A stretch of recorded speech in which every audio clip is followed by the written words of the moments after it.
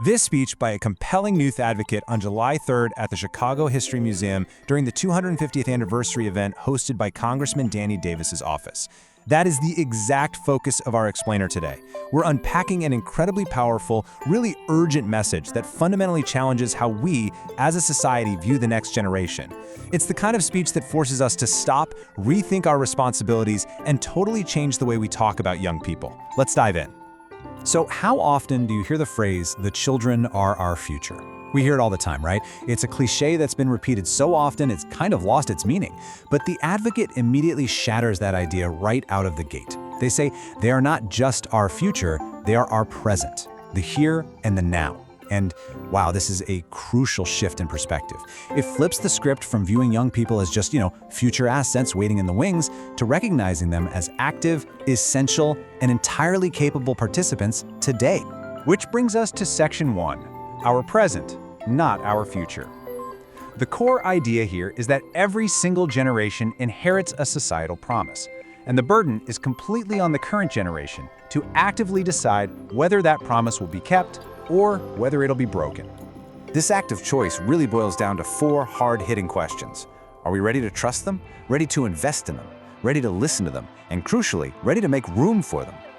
These aren't just rhetorical questions meant to sound good in a speech. The speaker is actually asking the audience directly, looking adults right in the eye, and challenging us to ask if society is truly prepared to step aside, make space, and genuinely listen to youth voices at the decision-making table. All right, moving on to Section 2, Proof of Youth Potential. It's time to look at the promises kept and ground these claims in actual, hard evidence. Because the potential of our youth, it's no longer a question mark. We literally don't need to wonder if they have what it takes anymore.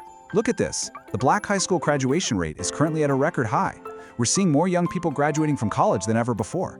And teen birth rates? They have fallen dramatically. These aren't just dry statistics on a page. They are definitive, lived proof that our young people are showing up to do the work, putting in the effort, and absolutely not giving up. And then there's this number, 77%. That is the staggering decline in youth incarceration highlighted in the speech. Just take a moment to really absorb that, 77%. It is a massive testament to what happens when we stop doubting, stop criminalizing, and actually start structurally investing in our youth.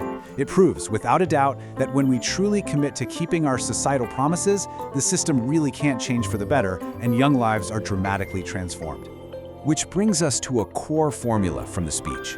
When we invest, they achieve. When we encourage, they excel. When we believe, they become. It's a direct, undeniable cause and effect relationship. The advocate is challenging the audience to stop asking if young people have potential. They've already answered that with those record graduation rates and declining incarceration numbers we just talked about. The real question is whether the adults in the room have the courage to match that immense potential with real, unwavering commitments. But, we can't just stop at celebrating progress. We have to talk about Section 3, the promises still owed. Because there is a harsh and deeply unequal reality we have to face, the school-to-prison pipeline. A Black child is suspended at a rate 3 times higher than their white peers. 3 times. And that initial disproportionate suspension literally cascades throughout their life, making them 6 times more likely to face confinement later on.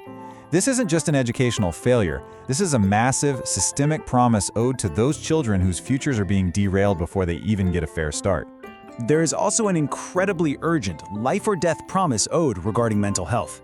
We are talking about teenagers carrying the heavy weight of anxiety, depression, and trauma, often hidden right behind a smile just to get through the school day.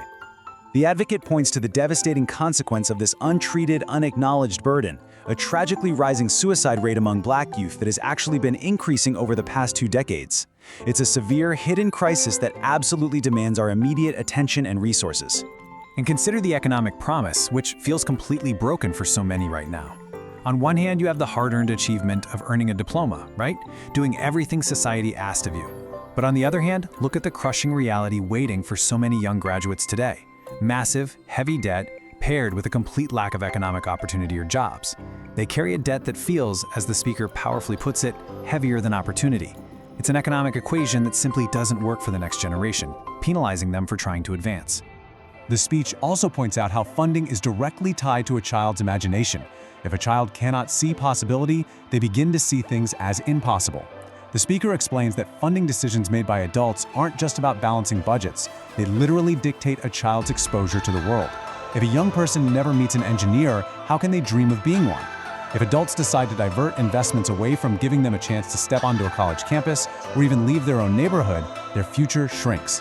We are literally limiting their ability to dream by limiting their exposure. And that burden, that belongs to us, not them. This brings us to our final and maybe most critical shift. Section 4, building alongside our youth. We absolutely have to move away from building programs for young people and transition entirely to building with them. For far too long, the societal approach has been so top-down. Adults sit in a room behind closed doors and design solutions for the youth without ever actually seeking their input. The strong demand in this speech is to stop building for them, stop guessing what they need, and start building alongside them. We need to treat them as equal partners in the design of their own futures. The language here is so powerful and clear. Stop creating tables without saving them a seat. Stop asking them to find their voice without actually handing them a microphone. It's such a striking visual metaphor, isn't it? It's a powerful urging for adults to go way beyond mere lip service. Don't just tell young people they matter. Genuinely empower them by giving them real authority, real presence, and a real say in the decisions that affect their everyday lives. The crucial takeaway from this entire explainer is this: our youth are not some backup plan for when the adults fail. They are leaders right now, dreamers right now, innovators right now, organizers right now. They are active, capable forces shaping our world today. They are not merely future assets waiting for their turn to mature. They're already on the ground, doing the hard work, and driving innovation today. And this localized empowerment creates a massive chain reaction. Step 1, lift up our youth through employment and empowerment. When we do that, we naturally move to step 2, lifting up our local neighborhoods. And when those communities start to thrive, well, in step 3, we lift up our entire nation. It's this incredible, compounding, positive impact. Empowering the youth isn't just a nice thing to do, it is the absolute bedrock of elevating society as a whole. Which leaves us with a final, provocative thought to chew on. Are you just handing the future to the next generation, or are you building it alongside them right now? This challenges every single one of us to actively honor the promise every generation owes the next. It's not just about passively passing the baton when we're done, it's about running the race together, right now, today. Think about how you can make room at the table in your own community. Thanks for joining me on this explainer, and I'll catch you next time.